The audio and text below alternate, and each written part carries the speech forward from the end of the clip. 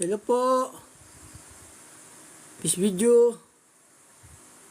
Peace be with you, the name our Lord Jesus Christ. Our topic for tonight, Jesus Christ is salvation and words of God is Jesus Christ and words of God is salvation or not, ganun.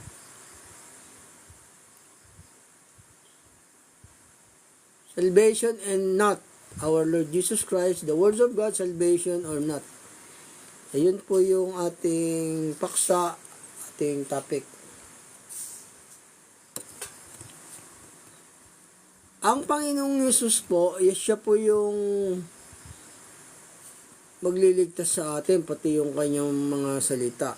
Pero yung siya rin yung magpapahamak sa atin, pati rin yung kanyang salita, kung di po natin idininig. Ganun po yung aral ng banal na kasulatan. Pag sumampalataya ka, duminig ka ng salita, o yun po ay kaliligtas mo.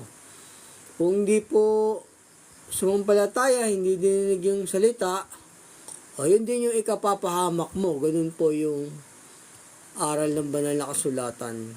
Dalawa po kasi ang talim ng salita ng Diyos, dalawa po ang talim, dalawa po ang tabak. Kaya ganun.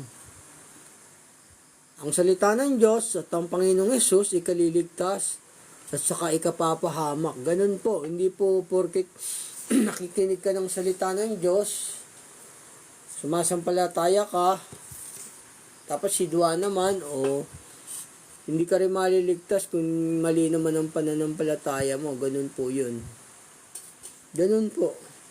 Kasi ang salita po ng Diyos, tabak po yan, may dalawang talim. Ganun po. Dalawa po ang talim ng salita ng Diyos. Ang Panginoong Hesus, ikaliligtas, saka hindi. Ganun po yun. Hindi porket sumasampalataya ka. Maraming mga pastor dyan, di alam kung ano yung tinuturo nila, di ba? Yun daw yung ililigtas, yung iglesyang taga-akay tao. O hindi po, di ba? Yun daw yung ililigtas, yung iglesyang taga-akay tao. O hindi po, kung ano yung tinuturo nila, di ba? Yun daw yung ililigtas, yung iglesyang taga-akay tao. O hindi po pahamak. Ang Panginoong Hesus, ikaliligtas at ikapapahamak din. Ganun po yun.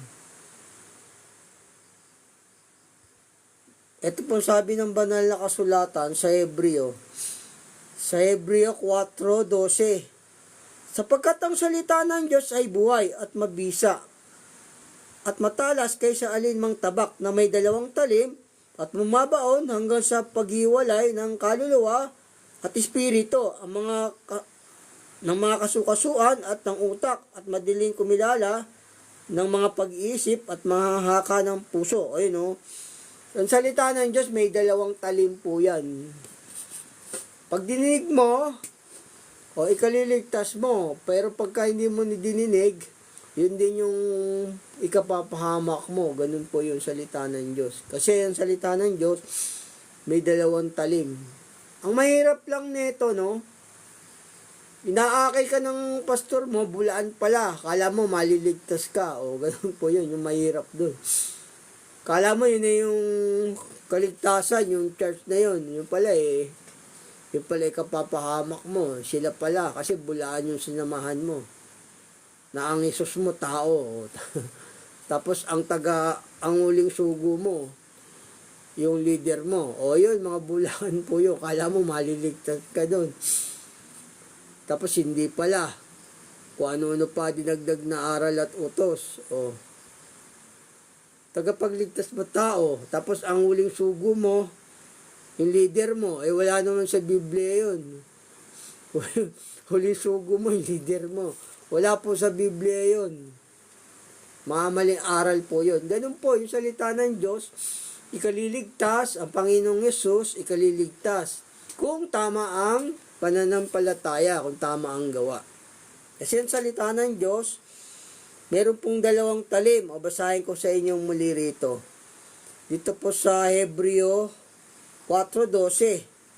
Sapagkat ang salita ng Diyos ay buhay at mabisa at matalas kaysa alinmang tabak na may dalawang talim. O dalawang talim ng salita ng Diyos.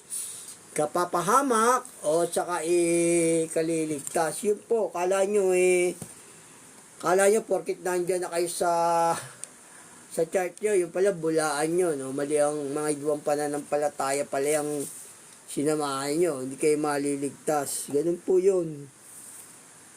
Ang Panginoong Yesus, alam niya kung sumusunod ka o hindi, ganun po. Gaganti ng Diyos ang gawa ng tao ayon sa kanyang ginawa, hatulan ng tao ayon sa kanyang ginawa. Ang maliligtas po kasi yung mga sumusunod na sa utos ng Diyos. Ito po sa Roma. Sila'y aariing ganap yung mga tamang pananampalataya, walang dinagdag sa aral at utos. Ang mahirap nga niyan, yung taga-akay mo, mga bulag, nako, delikado po yun, kala mo maliligtas ka. Tapos mali pala ang aral nyo, nagdagdag ng utos, tapos ang tagapagligtas mo, tao, mali po yun. Hindi kayo maliligtas. Dito po, ang sabi ng banal na kasulatan, ang maliligtas dito, yung ariing ganap, yung sumusunod na sa utos, sila yung sure na sa kaligtasan. Yung nga lang, ano po yun, yung until the end, in your life, kaya sumusunod ka hanggang sa pagwawakas ng buhay mo sa laman, ganun, yun po yung maliligtas na tao. Ganun po. Kahit mag-isa ka lang, pwede. Ikaw rin naman yung iglesia ng Diyos, iglesia ni Kristo, basta may aral ka sa puso, ganun po. Kasi dito, wala ka pa naman makikita rito sa atin na yung talagang iglesyang walang mali. Wala pa. Ako lang makakapagpatupad nun kung matutulungan niyo ako, ganun. Kasi lahat sila nagdagdag sa aral, tas mali ang utos. O, di ba? O, kahit tignan niyo yung ibang church dyan, mga nagdagdag sa aral, tsaka mali aral. Ito po yung maliligtas, yung aariing ganap, yung mga sumusunod na talaga sa utos, sila'y wala ng kaparusahan sa Panginoong Yesus. Ito po sabi sa Roma 11 hanggang 11 patuloy. Roma 11 patuloy. Sa 2 ng Roma 11. Sapagkat ang Diyos ay hindi nagtatangi ng mga tao. Ayan, hindi nagtatangi ang Diyos ng tao, ha. Sapagkat ang lahat ay nagkasala nang walang kautusan, ay mga pamak din naman na walang kautusan. At ang lahat na nagkasala sa ilalim ng kautusan, ay sa kautusan din sila hahatulan. Ayun, kung nagkasala ka sa kautusan, hatulan ka ayon sa kautusan, sabi rito. Sapagkat hindi ang mga tagapakinig ng kautusan ang siyang mga ganap sa harapan ng Diyos, kundi ang nagsisitalima sa kautusan ay aariing mga ganap. Yung sumusunod talaga sa utos, sila ay aariing ganap. Ganun po. Kung nagdagdag ka sa aral yung leader mo, hindi po yun. Hindi po, wala pong kaligtasan doon. Kung nagdagdag yun sa aral yung leader mo, pinakain kayo ng kasinungalingan, yung leader nila, sila yung huling sugo, tapos patay na. Paano pa huling sugo yun? Patay na. Ang huling sugo, yung mga anghel, saka yung Panginoong Yesus, di ba? Pag napanood nyo sa video ko, yun po yung huling sugo. Papatuloy ko po. Sapagkat kung ang mga hintil na walang kautusan, sa katutubo ay nagsisigawan ng mga bagay ng kautusan, ang mga ito'y na walang kautusan ay siyang kautusan sa kanilang sarili na nagtatanyag ng gawa ng kautusan na susulat sa kanilang puso.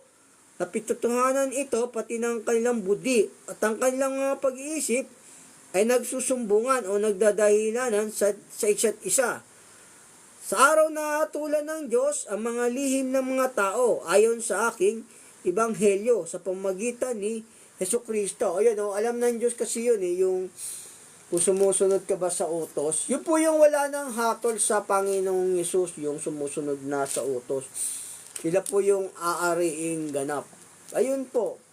Yung utos po kasi ng Diyos, ikapapahamak yun, isa rin yun sa ikaliligtas pag sumunod ka. Kasi ang salita ng Diyos, meron po yung dalawang talim, ganun po.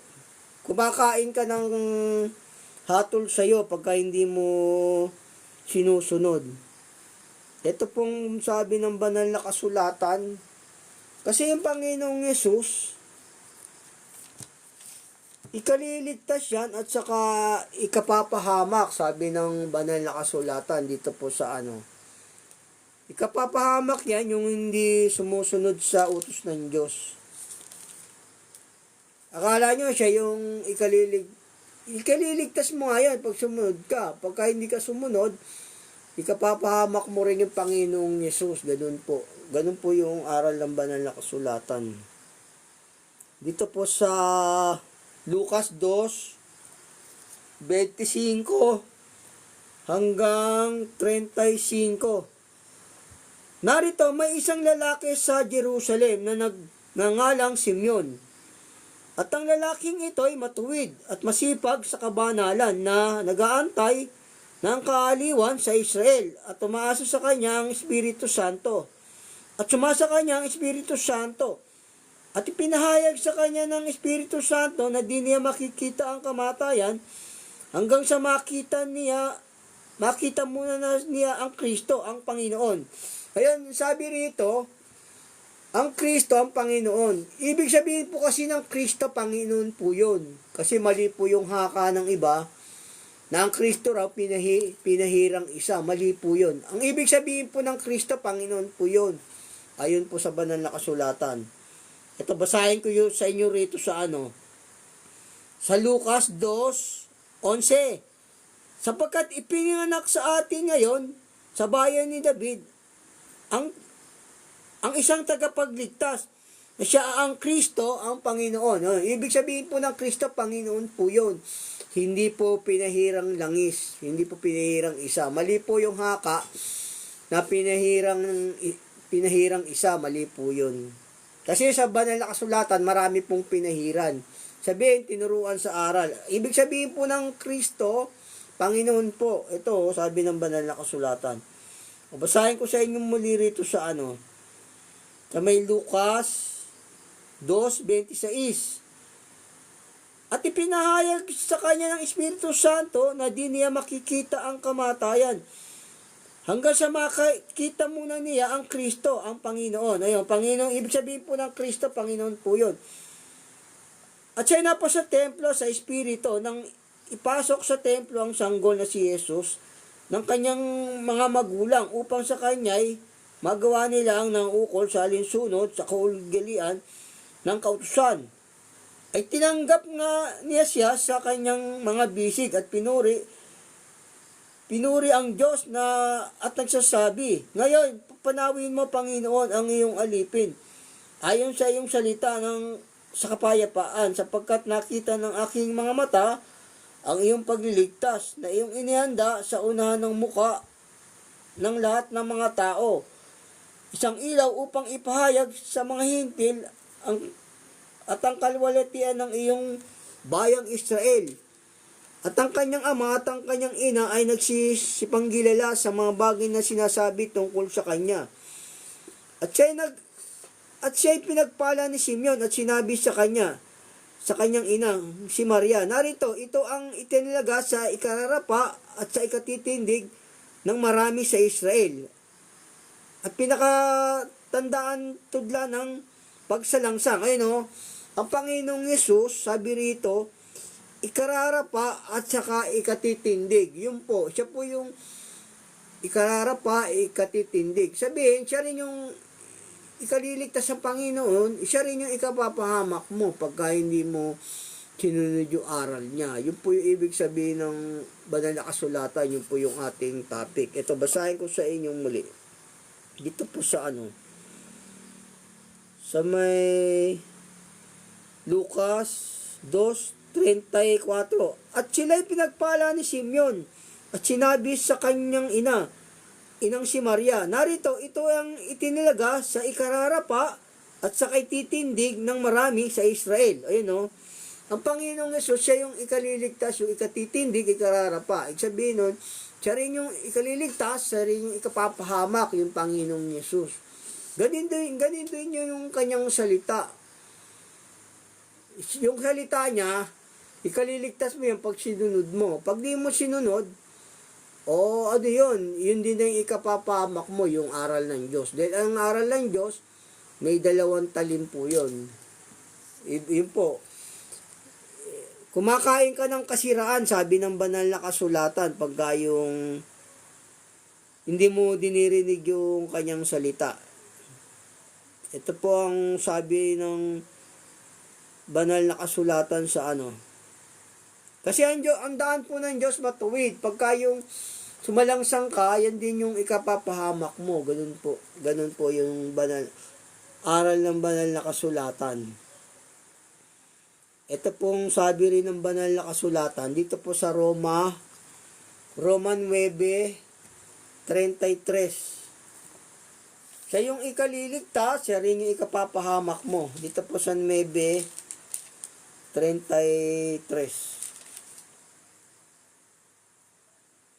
Gaya ng nasusulat, narito, inilalagay ko sa Siyon ang isang batong katitsuran at batong pangbuwal, at ang sumasampalataya sa kanya'y hindi mapapahiya. Hindi mapapahiya ang sumasampalataya sa Panginoong Yesus. Pero siya rin yung batong pambuwal, siya rin yung ikapapahamak mo pagka yung mali ang pananampalataya mo sa Panginoong Yesus. Ganun po ang aral ng Panginoong Diyos. Basahin ko sa inyong muli. Gayang nasusulat, narito, inalalagay ko sa Siyon ang isang batong katitsuran at batong pambuwal, at ang sumasampalataya sa kanya'y hindi mapapahiya. Hindi mapapahiya yung sumasampalataya sa Panginoong Yesus. Pero kung mali ang pananampalataya mo, hindi ka rin maliligtas kasi mali yung ginagawa mo. Ganun po yun. Ito pa rin po sa Lucas, kasi dito po sa Mateo, marami pong talata dito na ang Panginoong Yesus ikatitindig at ikabubuwal, yung pong aral ng banal na kasulatan. Dito po rin po sa may 21 ni Mateo. Dito po sa 21 ni Mateo,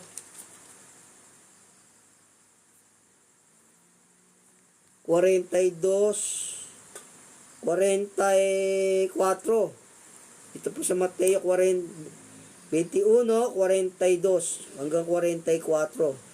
Sinabi sa kanila ni Jesus, kailanman bagay hindi ninyo nabasa sa mga kasulatan, ang batong itinakwil ng mga nagtayo ng gusali ay siya ring ginawang pangulo sa panulok. Ito'y mula sa Panginoon at ito'y kagila-gilala sa harap ng ating mga mata.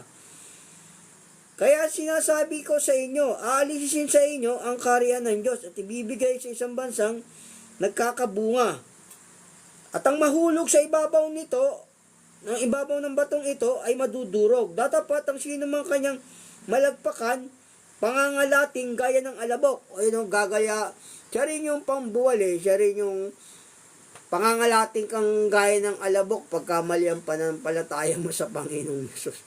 Ganun po yun. Siya yung ikabubuwal at saka yung ikatitindig sa sambayan ni Israel. Pero alam kasi ng Diyos kung sinusunod mo yung utos niya, kasi siya yung nakakasisiyasat ng puso't isipan ng tao, alam niya yun. Alam ng Panginoong Diyos yun, alam ng Panginoong Yesus kung tama ba yung pananampalataya mo o hindi. Kasi alam niya yung haka ng puso, alam niya yun. Ito po sabi ng banal na kasulatan. Alam niya kung sumusunod ka o hindi. At saka alam niya rin kung niloko ka ng tao, alam niya yun. Alam ng Panginoong Yesus na niloko ka ng tao, alam niya. Alam ng Panginoong.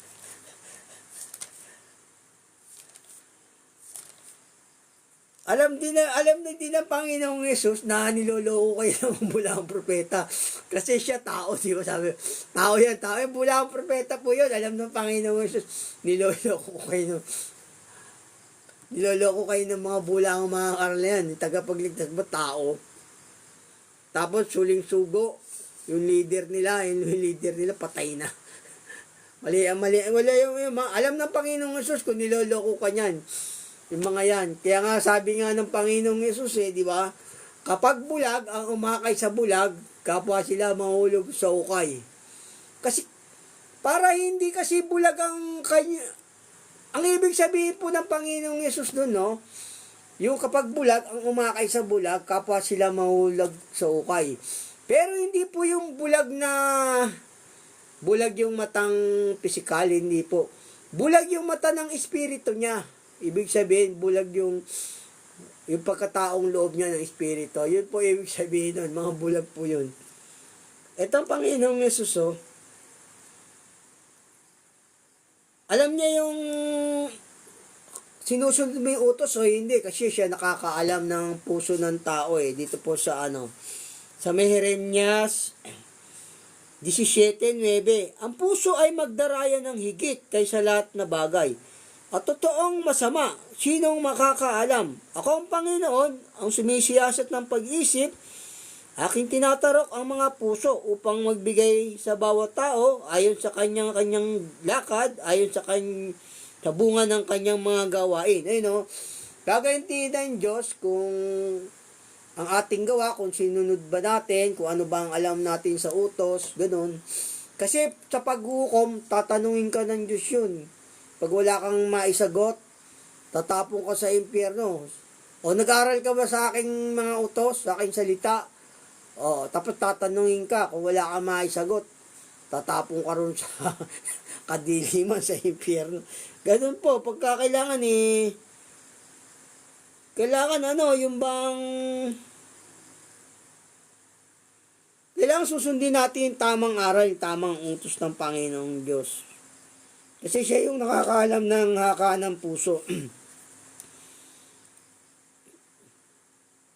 Ito po sabi rin ng banal na kasulatan dito sa sa may 1. Dito po sa 1. Ang sumasampalataya sa Panginoong Yesus, hindi na inahatulan. Pagka yung hindi sumampalataya, inatulan na yon.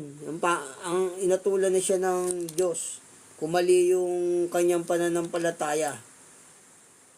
Ito po sabi ng banal na kasulatan. Dito po sa John 3:16 hanggang 18. Sapagkat gayon na lamang ang pagsinta ng Diyos sa sanlibutan, na ibinigay niya ang kanyang bugtong na anak, upang ang sino man sa kanya ay sumampalataya, ay huwag mapahamak, kundi magkaroon ng buhay na walang hanggan. O yung sumampalataya sa kanya, may buhay na walang hanggan. Pagka hindi naman sumampalataya, yun din yung ikapapahamak niya, kung mali yung aral, yung gawa niya at panampalataya. Patuloy ko po. Sapagkat hindi sinugo ng Diyos ang anak sa sanlibutan, upang atulan ng sanlibutan, kundi upang ang sanlibutan ay maligtas sa pamamagitan niya. Ang sumasampalataya sa kanya ay hindi hinahatulan. Ang hindi sumampalataya ay hinatulan na. Hinatulan na yung hindi sumampalataya sa Panginoong Yesus. Kaya ang Panginoong Yesus, siya yung tagapagligtas, siya rin yung hahatol sa iyo, siya rin yung bubuwal sa iyo, ganun po yun. Ganun po yung utos ng Diyos. Yung utos ng Diyos, ikaliligtas mo pag sinunod mo. Pagka hindi mo naman sinunod, hindi ikapapahamak mo. Kasi yung salita ng Diyos, may 2 tabak, may 2 talim. Ganun po yun. Ikabubuwal mo rin yung aral ng Diyos, ibig sabihin. Kasi yung salita ng Diyos, bumabaon sa laman at buto, hanggang sa utak sa buto, hanggang sa pinag-iwalay ng kaluluwa at ng espiritu, sabi ng banal na kasulatan. Ganun po. Basahin ko sa inyo muli rito sa John 3:18. Ang sumasampalataya sa kanya ay hindi hinahatulan. Ang hindi sumampalataya ay hinatulan na, sapagkat hindi siya sumampalataya sa pangalan ng bugtong na anak ng Diyos. Kita nyo nga, ang Panginoong Yesus, ikaliligtas at saka hindi ikaliligtas, di ba? Pagka hindi sumampalataya, tapos hindi dininig yung utos, hindi maliligtas yun. Pero kung tama yung pananampalataya, dininig mo yung utos, yung hindi ka na, hindi ka nakatulan ng Panginoon kasi dininig mo yung utos niya. Ito sabi ng banal na kasulatan din dito. Sa may John, dito po sa sa John 5:22, sapagkat ang Ama hindi humahatol sa kanino mang tao, kundi pinagkaloob niya sa anak ang buong paghatol, upang papurihan ng lahat ang anak, gaya na rin ng kanilang pagpupuri sa Ama. Ang di nagpupuri sa anak, ay hindi nagpupuri sa Ama, na sa kanya'y nagsugo. Ayun, pagka hindi mo pinuri yung yung Panginoong Hesus, hindi mo rin pinupuri yung Ama. Kailangan purihin mo yung anak. O gaya ng sabihin mo, tao ang Panginoong Hesus. O hindi mo pinupuri yun. Hindi ka rin pumupuri sa Ama. Nilalapas tangan mo, ganun po yun. Patuloy ko po. Katotohanan sinasabi ko sa inyo, ang dumirinig ng aking salita at sumasampalataya sa Kanya na nagsugo sa akin ay may buhay ng walanggan at hindi papasok sa paghatol, kundi lumipat na sa kabuhayan mula sa kamatayan. Ayun, lumipat na sa kabuhayan yung sumunod naman sa utos. Pagka hindi duminig naman, natulan na po yun ayon sa banal na kasulatan. Kasi ang salita po ng Diyos, meron pong dalawang talim, ganun po. Sabi nga ng banal na kasulatan ito sabi ng yung mga ganyang kasing iglesia, mga akala mo sa Diyos, yung pala daan po yun ng kapahamakan. Sabi nga ng banal na kasulatan, may daan at tila matuwid sa isang tao, ngunit ang dulo niyon ay mga daan ng kamatayan. Kala mo nandun yung kaligtasan, di ba? Yung pala wala. Kamatayan pala yung nandoon. O kaya kailangan maghanap kayo ng church na matuwid kasi ang salita ng Diyos yung ginagamit ng mabulaan yan Kala mo sa Diyos, yung pala ikapapahamak mo lang. Ginagamit ng mga bulaan. Kailangan matutunan niyo yung buong aral ng Diyos para yung hindi kayo mailigaw. Susunod, tuturo ko sa inyo yon para hindi kayo mailigaw ng mga bulaang propeta. Ito po sabi ng banal na kasulatan sa Kasi kala mo, ginagamit yung pangalan ng Diyos, yung pala, hindi pala yung sa Diyos. Mga pala yun, di ba? Mga bulaan pala yun, gumagamit lang ng pangalan niya, saka ng mga aral. Ito sabi po ng banal na kasulatan, dito po sa Kawikaan 16:25. May daan at tila matuwid sa tao, ngunit ang dulo niyon ay mga daan ng kamatayan. Kita mo nga, kala mo sa Diyos, yung pala daan pala yun ng kamatayan, gumagamit lang ng salita ng Diyos, saka ng pangalan niya. Ayun, yung mga maling aral pong ibig sabihin nun, pagka nasa mali kayong aral, mali ang pananampalataya, yung nagdagdag sa utos, kala nyo sa Diyos, pero hindi po sa Diyos yun. Yung ang Jesus mo, tao, delikado po yun. Ito sabi ng banal na kasulatan. Kasi ang Panginoong Jesus, kinausap ako niyan ng Panginoong Jesus. Ang pinakita sa akin ng Panginoong Jesus kasi, yung religion na ang Jesus tao, at saka yung sabi sa akin, saka ba dadaan dito? Sa kaliwa, sa kanan? Hindi, dito ka dumaan, diretso. Yung kailangan, diretso ka, sundin mo utos ng Diyos. Huwag ka liliko sa kanan at kaliwa. Kasi pag lumiko ka sa kaliwa at kanan, mga bula ang mga pastor po yun, ibig sabihin sa akin ng Panginoong Yesus. Yun po yung kala mo, tama yung church na yun, pala hindi. Taga-akay po yun ng mga bulag. Ito po sabi ng banal na kasulatan. Dito po sa Kawikaan 21:16. Ang tao na gumagala sa labas ng daan ng kaunawan, magpapahinga sa kapisanan ng patay. Yung nasa labas ka ng aral sa pananampalataya, kala mo sa Diyos, yung pala kapisanan ng mga patay yun, mga gumagamit lang ng pangalan ng Diyos, saka aral ng Diyos. Yun po, delikado po yun. Kailangan na alam niyo yung mga aral ng Diyos, saka yung Kailangan dun sa kasi sa iglesia, walang mali po yun eh. Kasi ang daan ng Diyos matuwid. Pagka may maling aral, may merong pagsuway, hindi po yung sa Diyos. Basahin ko sa inyong muli rito. Ang tao na gumagala sa labas ng daan ng kaunawaan, magpapahinga sa kapisanan ng patay. O kapisanan ng patay pala yun eh, yung mga bulag na taga-akay. Yung Jesus mo tao, o hindi sa Diyos po yung ganun. Tapos, leader mo, huling sugo, o mga nagdagdag sa aral, hindi po tunay na church yun. Huwag kayong maniniwala sa mga magagandang church dyan. Tapos, mga bulag naman sa espiritu. Mali, bulag sila. Ganun. Para kasi hindi bulag ang espiritu mo, no? Ang pagkataong loob mo, para hindi ka bulag, kailangan lumakad ka sa espiritu. Ganun po. Para hindi ka bulag. Kasi kung lalakad ka sa laman, kasi magkalaban yung laman eh. O pagka yung lumalakad ka sa laman, bulag yung espiritu mo, yung pagkataong loob mo. Kailangan mo lumalakad ka po sa espiritu, ganun po. Para hindi bulag yung pagkataong loob mo, ganun po. Yun, ganun, para hindi ka bulag. Kasi yung mga ganyang taga-akay, bulag dyan. Mga lumalakad po sa laman. Yung ang Jesus mo tao. Ang daan ng Panginoon yung matuwid po kasi ang Panginoong Diyos, matuwid ang kanyang daan. Ito sabi ng banal na kasulatan. Matuwid siya eh.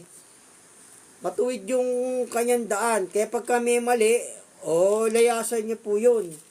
Sabi nga ni Pablo, mabuti pa yung wala kang alam na tinatanggap na aral eh. Kesa yung tanggapin mo, mali yung aral. Dadaling ka naman sa hukay kasi mga bulag na taga-akay. Ito, sabi ng banal na kasulatan, no? Kasi ang Diyos natin, matuwid yung kanyang daan. Ito po sa mga awit 92:15. Upang ipakilala na ang Panginoon ay matuwid. Yan, matuwid ang Panginoon, no? Siya'y aking malaking bato at walang kalikuan sa Kanya. Walang kalikuan sa Diyos eh. Walang maling aral, walang maling gawa.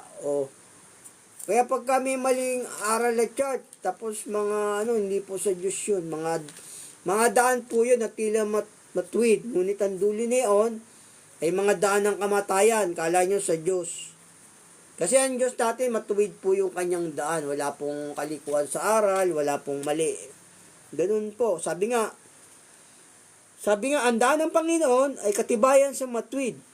Ngunit kapahamakan sa mga manggagawa ng kasamaan. Yun po yung aral ng Diyos. Yung pagka sinunod mo, maliligtas ka. Pagka hindi, hindi ka maliligtas. Ang Diyos natin, di ba, alam niya yung haka ng puso? Ganun. Alam niya yun kung sumusunod ka, hindi, kasi siya nakakasiyasat ng puso't isipan ng tao. Itong sabi ng banal na kasulatan. Alam niya yung haka ng puso, dito po sa unang Korinto. Sa 4:5 ng unang Korinto. Alam niya kung sumusunod ka o hindi.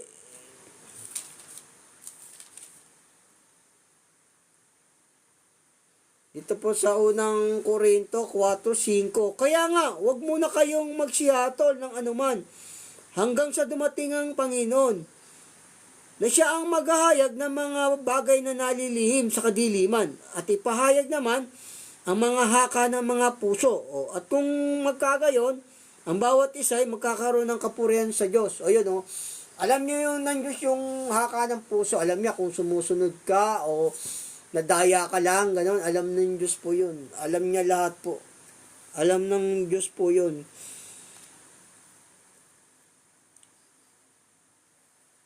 Ang daan kasi ng Panginoon matuwid yan. Pagka yung mali ang daan mo, mali ang gawa mo, ikakapahamak mo yon. Ganun po yung aral ng Diyos. Ito po sabi ng banal na kasulatan. Sa dito po sa Gis. Ang daan ng Diyos matuwid, di ba? Pagka may maling daan dyan, hindi po sa Diyos yun. Kumakain sila ng... Kasi ang salita ng Diyos, ikaliligtas yan kung ginagamit mo sa tama. Kung di mo ginagamit, yun din yung kapahamakan mo. Ganon din ang Panginoong Yesus. Pag sumampalataya ka sa Kanya, tama, ikaliligtas mo. Pagka mali ang pananampalataya mo, siya rin yung kapahamakan mo. Ganun po. Ito sabi ng banal na kasulatan. Dito po sa Gis ng Kawikaan 29. Ang daan ng Panginoon ay katibayan sa matuwid. Ang daan ng Panginoon, katibayan sa matuwid eh. Ang daan ng Panginoon, matuwid dyan. Kaya yung mga maling iglesia dyan, diyan sa Diyos. Ngunit kapahamakan sa mga manggagawa ng kasamaan. Kapahamakan nila yun. Yung may mga maling aral, maling church. Kapahamakan naman nila yun. Ganon yung daan ng Diyos. Ganon yung aral ng Panginoong Yesus. Ikaliligtas at ikapapahamak. Basahin ko sa inyong muli rito. Dito po sa unang Korinto 10:29. Ang daan ng Panginoon ay katibayan sa matuwid. Isabihin, katibayan sa matuwid.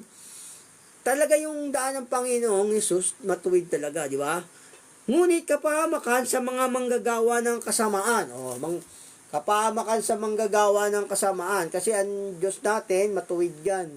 Kaya yung gagamitin mo yung aral ng Diyos, saka yung pangalan niya, para lang magpayaman ka, hindi ka maliligtas yun kung ginagamit mo yung salita ng Diyos, saka yung aral para magpayaman ka. Hindi po maliligtas yung ganung tao. Ang mahirap noon, yung mga inaakay nila. Nadadamay. Ganun po, nadadamay kayo. Inaakay kayo ng mga bulag na taga-akay na yan. Kaya yung bulag na taga-akay, kasi lumalakad sila sa kaisipan ng laman. Sabihin, bulag sila sa kaisipan ng espiritu. Yan, mga taga-akay na bulag yan eh. Yung lumalakad ka sa laman. Pag lumalakad ka kasi sa laman, bulag ang espiritu mo, yung pagkataong loob mo. Yun po yung sabihin ng bulag na taga-akay. Hindi po physical na bulag yun. Bulag sila sa spiritual, ganun po. Ganun po yung salita ng Diyos, yung ikapapahamak, saka ikaliligtas, ganun po. Ang tamang pananampalataya po kasi may gawa po yun. Ito sabi ng banal na kasulatan, kumakain ka ng kasiraan kasi ang salita ng Diyos, may dalawang talim. Ito yung ibig sabihin pa nung may dalawang talim yung salita ng Diyos. Dito po sa sa may unang Korinto 11. Unang Korinto 11:27.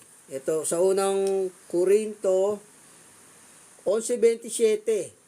Kahit ang sino mang kumakain ng tinapay, tumiinom sa saro ng Panginoon, na di nararapat ay nagkakasala sa katawan at dugo ng Panginoon. Kung kumakain ka ng mga aral niya, ibig sabihin nito, kung kinakain mo yung mga aral niya, hindi naman nararapat, ibig sabihin nito, basahin ko sa inyo muli. Kumakain ka ng aral ng Diyos, tapos hindi mo naman sinusunod, kumakain ka ng hatol sa'yo, ibig sabihin ng Diyos. Pag kumakain ka naman ng aral niya, sinusunod mo, yun naman yung kaligtasan mo. Ganun po. Ito, basahin ko sa inyo muli. Kaya't ang sino man kumakain ng tinapay at umiinom sa saro ng Panginoon, na di nararapat, ay magkakasala sa katawan at dugo ng Panginoon. Tatapat siya ng tao ang kanyang sarili, at saka kumain ng tinapay at uminom sa saro. Sapagkat ang kumakain at umiinom ay kumakain at umiinom ng hatol sa kanyang sarili. Kundi niya kinikilala ang katawan ng Panginoon. Kung di mo kinikilala yung katawan ng Panginoon, ibig sabihin po kasi nung katawan niya, yung tinapay, yung aral po yun. Yung dugo, yung inumin, yung aral din yun. Kaya kung di mo pinahalagan yung aral ng Diyos, kumakain at umiinom ka ng hatol sa'yo. Ganun. May dalawang tabak po kasi ang kalita ng Diyos. Ikaliligtas at ikapapahamak. Ganun po ang aral ng banal na kasulatan. Ito, basahin ko sa inyong mali para maintindihan nyo. Dito po sa 11:29. Sapagkat ang kumakain at umiinom ay kumakain at umiinom ng hatol sa kanyang sarili. Kundi niya kinikilala ang katawan ng Panginoon. Kung di mo kinikilala yung aral niya, sabihin ng katawan, yung mga tinapay, at saka yung saro, yung aral po yun. Pag di mo pinahalagahan, o kumakain at umiinom ka ng hatol sa'yo, yun pong sabi ng banal na kasulatan. O kung sinusunod mo naman, o yun, iligtas ka naman nun. Ganun po. Kaya ang salita ng Diyos, may dalawang talim. Isang ikapapahamak, isang ikaliligtas. Ganun din ang Panginoong Hesus. Siya rin yung ikaliligtas, o siya rin yung ikapapahamak. O ganun po. Sabi nga, ang sumasampalataya sa Kanya, hindi na hinahatulan. Ang di sumasampalataya, hinatulan na. O, diba sabi? O ganun. Ganun po yung salita ng Diyos. Kaya mag-ingat po kayo. Yung pananampalataya po may gawa. Ito sabi ng banal na kasulatan. Kailangan may gawa po yung ating pakikinig. O gano'n. Kasi kung nakikinig tayo, hindi nating sinusunod, o hindi po tamang pananampalataya yun. Ito sabi po ng banal na kasulatan. Dito po sa Santiago 2. Dito po sa Santiago 2:14. Ito po sabi ng banal na kasulatan. Sa Santiago 2:14. Patuloy. Anong pakikinabangin mga kapatid ko? Kung sinasabi ng sino man na siya'y may pananampalataya, ngunit walang mga gawa, makapagliligtas baga sa kanya ang pananampalatayang iyan? Kung isang kapatid na lalaki o babae hubad at walang kakanin araw-araw, at ang isa sa inyo ay magsabi sa kanila, magsiyaon kayong payapa, kayong magpainit, magpakabusog. At kaya may hindi ninyo ibinigay sa kanila ang mga bagay na kinakailangan ng kanyang katawan, anong papakinabangin dito? O yun, walang pakinabang di ba sabi? Gayun din naman ang pananampalataya na walang mga gawa ay patay sa kanyang sarili. O patay sa kanyang sarili yung walang mga gawa. O di ba? Kailangan may gawa po yung pananampalataya natin, yung pakikinig natin, may gawa, o yung tama yung pananampalataya natin sa Panginoong Hesus. Kasi pag siya ang aral po ng Diyos, si ikaliligtas at ikapapahamak. Kailangan po may gawa po yung pananampalataya.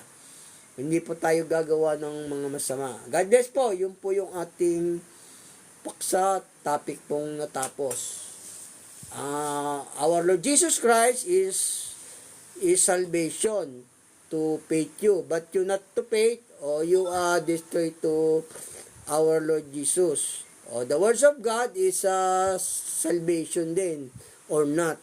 Kung hindi mo sinusunod, hindi ka rin maliligtas, kumakain at umiinom ka ng hatol sa'yo, dahil ang salita ng Diyos, may dalawang talim, dalawang tabak. Ayun po yung ating topic na natapos. God bless po, ingat po. Pangalan po ng ating Panginoong Yesus. Jesus Christ is salvation or not, and the words of God, salvation or not. Ganun po. God bless, ingat. Pangalan po ng ating Panginoong Yesus.